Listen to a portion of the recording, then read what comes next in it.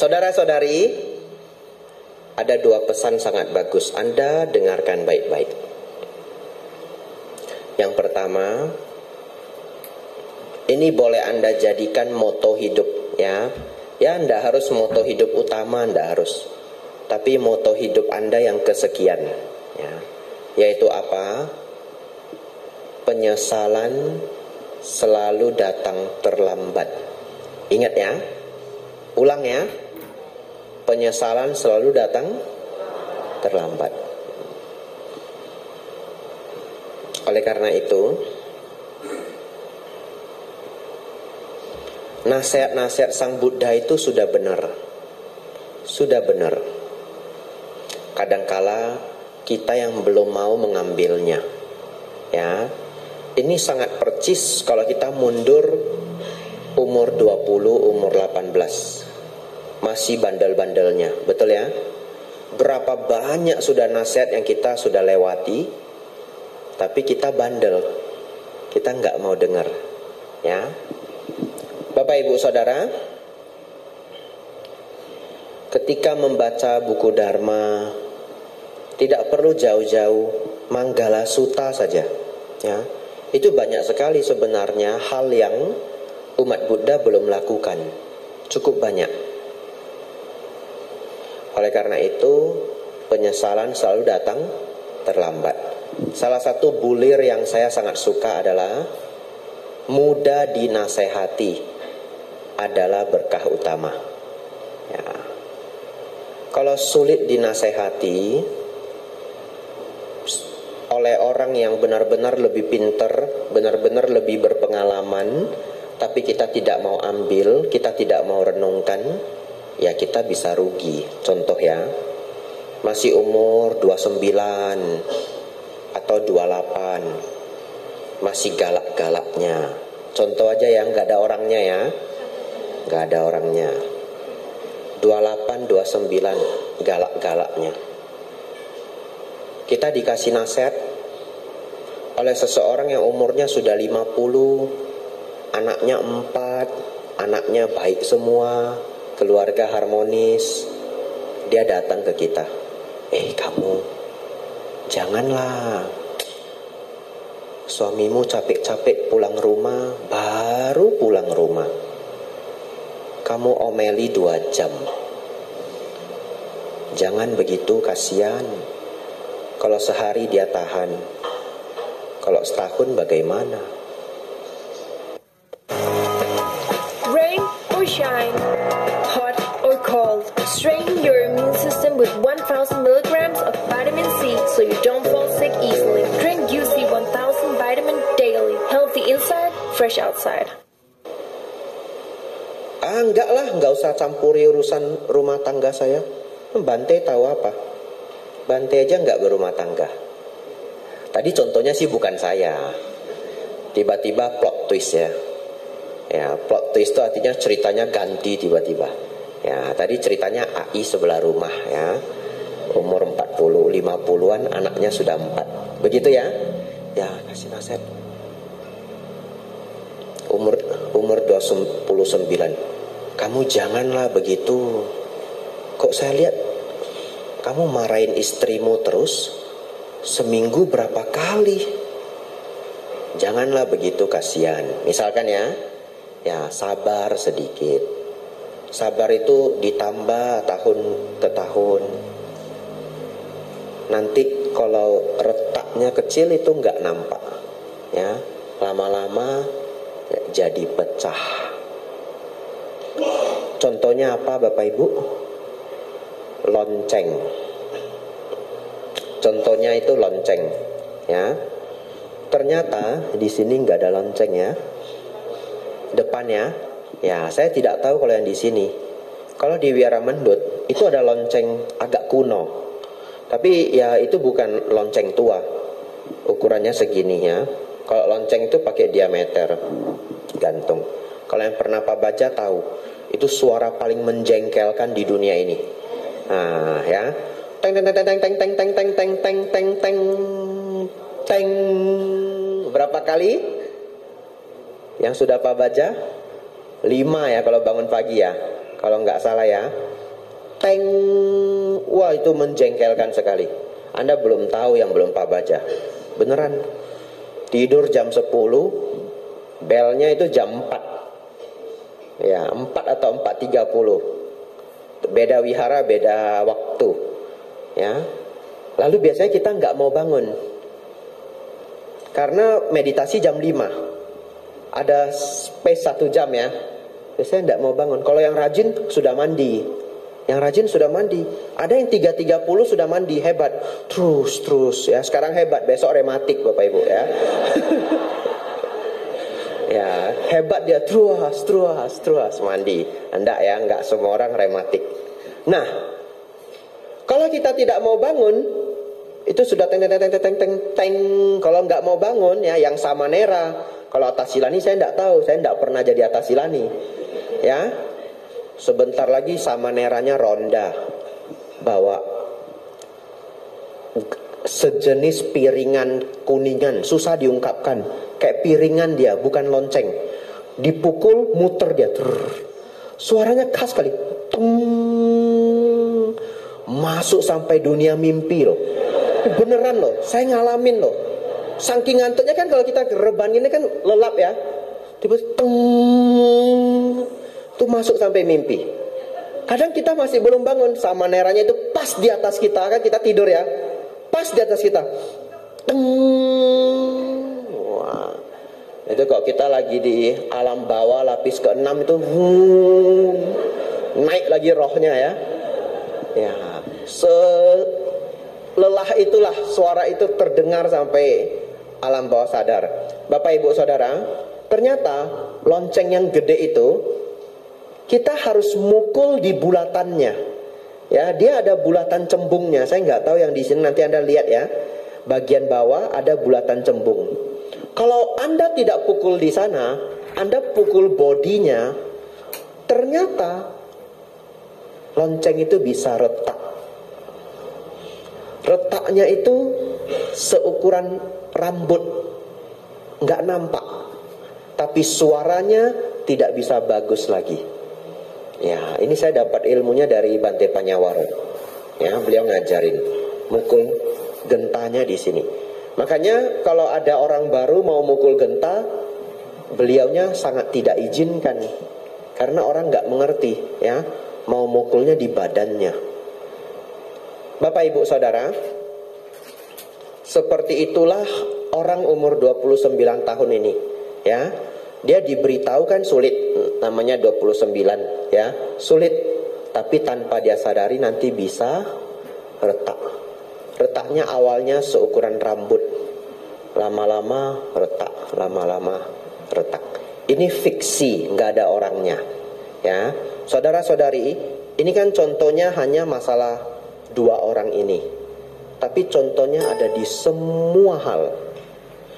Tapi manusia itu sangat sulit dinasehati. Manusia itu sangat bandel. Sangat bandel. Kita kalau sakit ke dokter, apa kata dokter? Gula kurangin. Betul ya?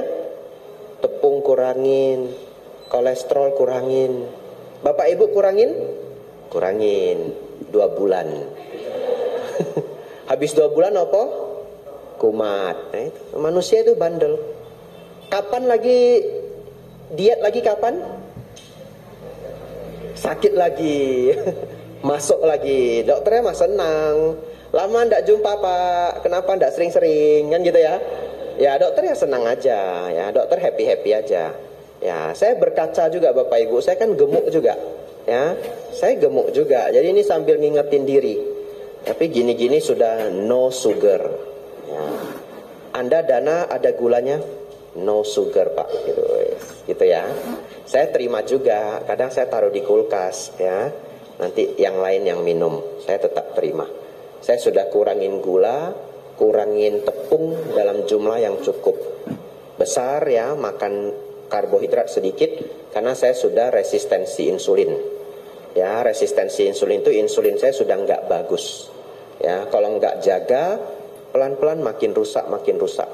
Dan saya penganut moto ini, penyesalan selalu datang terlambat. saya anuti gitu, saya jalani. Saudara-saudari, terakhir, setelah ini pulang ya. Ya, ini hari keberapa SPD? 20? 25. 6. SPD berapa hari? 30. 29. Lebih kurang ya. Berarti ini sudah di penghujung. Ini sudah sama-sama capek ini. Jam 8 pulang dah ya. Waduh, sudah sama-sama lelah. Saudara-saudari, ini yang kedua. Berat juga ini ya. Nasihatnya hari ini 2 aja, tapi berat dua-duanya. Ya, berat. Siap-siap ya. Bante, satu aja hidup saya sudah berat, Bante. Tolong, Bante. Nomor 2. Ini nasihat mahal. Nasihat mahal. Ya, buka hati Anda untuk mendengarkan nasihat ini. Jangan bangga dengan sifat buruk kita. Titik. Jangan bangga dengan sifat buruk kita. Emang ada, Bante, yang bangga sama sifat buruk? Ada. Saya buktikan ya. Contoh. Nah, ini biar saya lah jadi korban, tidak apa-apa lah. Ya, tunjuk yang lain kan tidak boleh. Saya lah jadi korban. Bapak, Ibu, Saudara, saya itu lahir di Medan. Karena lahir di Medan, ada efek sampingnya. Apa efek sampingnya? Agak sombong sedikit. Nah, contoh ya. 1, agak sombong sedikit. Enggak sombong sedikit, medannya bukan gitu ya. Kadangkala kalau tidak berlatih, ngomong bisa agak kasar. Ya, bisa nyinggung perasaan orang. To the point, nggak ada remnya. Ya, remnya blong. Ya, orang Medan remnya blong. Sebenarnya saya injak juga remnya blong. Ya. Tetapi karena sudah 10 tahun jadi biku, karakter itu sudah sangat berubah. Ya. Saudara-saudari, kadangkala orang bisa bangga sama sifat buruknya. Apa yang dia katakan? Ya maklumlah, saya kan orang Medan. Kasar sedikit ya, wajar lah. Ngerti? Ngerti ya? Atau, ya maklumlah, saya kan orang Medan. Sombong sedikit ya, wajar lah. Itu namanya bangga dengan sifat buruk. Sekarang kan saya pakai contohnya Medan. Ganti, karena Anda bukan orang Medan, Anda nggak merasa. Saya kasih ganti. Yang fiksi. Fiksi ya, nggak ada orangnya. Ada orang yang bangga, dia bilang begini, kamu udah tahu saya pemarah, masih ganggu saya. Ngerti? Ya. Ya dia kan tahu saya pemarah. Tapi ya dia terus ganggu saya marah lah. Terus ada loh orang, dia marahin temannya. Marah. Habis itu dingin. Ya, setengah jam lagi balik. Bukan minta maaf loh. Kalau minta maaf masih enak. Maaf ya, saya tadi nggak bisa kontrol diri saya. Maaf ya. Itu masih enak. Setengah jam lagi dia balik. Kamulah bikin saya marah. Sudah tahu saya pemarah. Ngerti? Kamu sudah tahu saya pemarah, bikin saya marah. Lain kali jangan bikin saya marah ya. Anda ngerasa nggak dia bangga sama sifat buruknya? Ngerti ya? Anda silakan ganti ini ke versi Anda masing-masing. Ya, apa sifat buruk yang selama ini kita tidak sadar kita bangga? Bahkan ada yang ekstrim loh. Ada yang dia bangga misalkan, padahal dia tahu loh saya pendendam, tapi dia masih berani ganggu saya. Ngerti? Ya, ada orang sampai seperti itu loh. Pertanyaan saya, kalau Anda bangga, seseorang bangga dengan sifat buruknya sendiri, memungkinkan nggak dia untuk mengubah dirinya? Jadi sulit, betul ya? Jadi sulit. Kan nggak apa-apa Bante. Nggak berubah kan nggak apa-apa. Ya. Kembali ke yang pertama.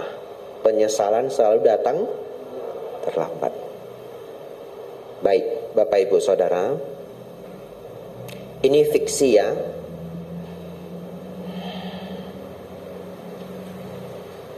Ada seorang guru galak sekali.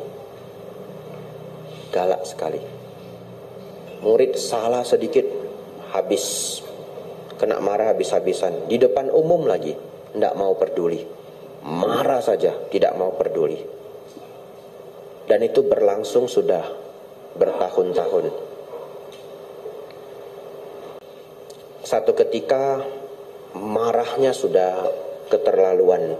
Bapak Ibu Saudara, saya dari tadi pakai contoh marah. Tapi karakter buruk itu semuanya ya. Keserakahan, ego, cemburu, gampang tersinggung ya. Tapi marah itu kayak netral lah, semua orang punya ya, dan paling gampang dilihat. Satu ketika Bapak Ibu Saudara, guru ini marahnya sudah keterlaluan. Apa yang terjadi? Muridnya satu sekolah pergi semua bersamaan. Malu ndak gurunya? Malu setengah mati loh itu. Itu malu dengan semua orang. Blas besok muridnya blas habis. Setelah itu galaknya hilang setengah. Setengah, syukur ya setengah ya. Galaknya hilang setengah. Nah orang mulai melupakan, murid masuk lagi, murid masuk lagi. Lewat beberapa tahun ada yang bilang, si guru ndak kayak dulu lagi loh. Si guru sudah baik loh. Kalau dulu ya kamu datang ke sini belajar, habis kamu. Gitu ya? Pertanyaan saya, kenapa si guru galaknya hilang setengah? Kenapa? Ini ilmunya ya. Ini ilmu ketiga hari ini, habis. Ilmu saya habis. Sudah kena batunya. Sudah kena batunya. Anda silakan tanya orang umur 50-an, karakter buruknya hilang setengah. Tanya dia. Ya, contoh. Kamu kan dulu ini, kayaknya saya lihat kamu dulu boros ya. Senang judi juga. Kok nggak pergi main lagi? Kapok saya. Kenapa? Masuk penjara. Jangan pikir main judi nggak ada yang masuk penjara loh. Masuk loh. Ya, real story loh. Real story. Saya nggak berani bikin contoh aja. Ini direkam seumur hidup ini. Ya, Anda jangan pikir yang main judi masuk penjara itu cuma yang di daerah-daerah jauh, daerah-daerah pinggiran. Enggak loh. Ya, bos juga bisa masuk penjara. Main judi karena hobi, karena senang masuk. Siapa batin nggak ada, fiksi. Ya, fiksi. Tapi beneran bisa. Malu Bapak Ibu? Kalau yang bos sih nggak sulit ya. Cuma 3-4 bulan keluar, malunya itu loh. Ya, apalagi pas di dalam itu pas Imlek. Semua orang nyari. Ngerti maksud saya? Setelah keluar tobat enggak? Kenapa? Sudah kena batunya. Diajak aja enggak mau. Tarik pakai tali enggak mau. Seret enggak mau. Saudara-saudari, ini ilmu ketiga. Sudah kena batunya. Tapi kalau keledai, ini harus hati-hati ini, apalagi udah capek ini, bisa jadi kedelai. Ya, harus hati-hati. Tadi saya mikir nih pakai energi otak. Habis ini beberapa joule ini energi saya. Kedelai atau keledai ya? Mikir sebentar. Beneran ini? Ya. Keledai katanya tidak jatuh ke lubang yang sama 2 kali. Kalau jatuh ke lubang yang sama 2 kali, katanya peribahasanya lebih tidak pintar dari keledai. Lanjut. Kalau orang pintar Bapak Ibu tidak mengulang kesalahannya. Orang pintar, ya. Tapi Anda jangan berhenti jadi orang pintar. Lanjut lagi, jadi orang bijaksana. Apa itu orang bijaksana? Yang belajar dari kesalahan orang lain. Ngerti? Masa Anda mau udah jatuh dulu baru tobat? Betul ya? Lihat kesalahan setiap orang. Kalau Anda pinter, setiap ngobrol sama orang yang pengalamannya lebih banyak, ambil ilmunya. Ambil ilmunya. Begitu dapat nasihat, renungkan. Saya enggak bilang ambil semuanya, praktekkan. Enggak. Pulang, renungkan baik-baik. Terutama orang yang lebih tua. Ya, kita diingatkan sesuatu, masukin ke kepala. Serius, masukin ke kepala. Ya, itu orang bijaksana. Saudara-saudari, itu yang ingin saya sampaikan malam hari ini. Yang pertama, penyesalan selalu datang terlambat. Yang kedua, jangan bangga dengan keburukan diri sendiri. Berjuang Bapak Ibu, berjuang. Semua sifat buruk harus kita kurangi pelan-pelan. Kenapa saya pakai kata pelan-pelan? Karena saya tahu sulit. Ya, kalau Anda cenderung galak, kurangi galak Anda. Anda cenderung serakah, kurangi serakah Anda. Anda cenderung sombong, kurangi sombong Anda. Setahap demi setahap. Yang ketiga, karena sudah kena batunya. Semoga saudara-saudari yang di sini semua jangan nunggu sampai kena batunya. Jangan. Anda harus jadi orang bijaksana. Nasihat yang mana Bante? Semua nasihat Sang Buddha. Jam 8 pas.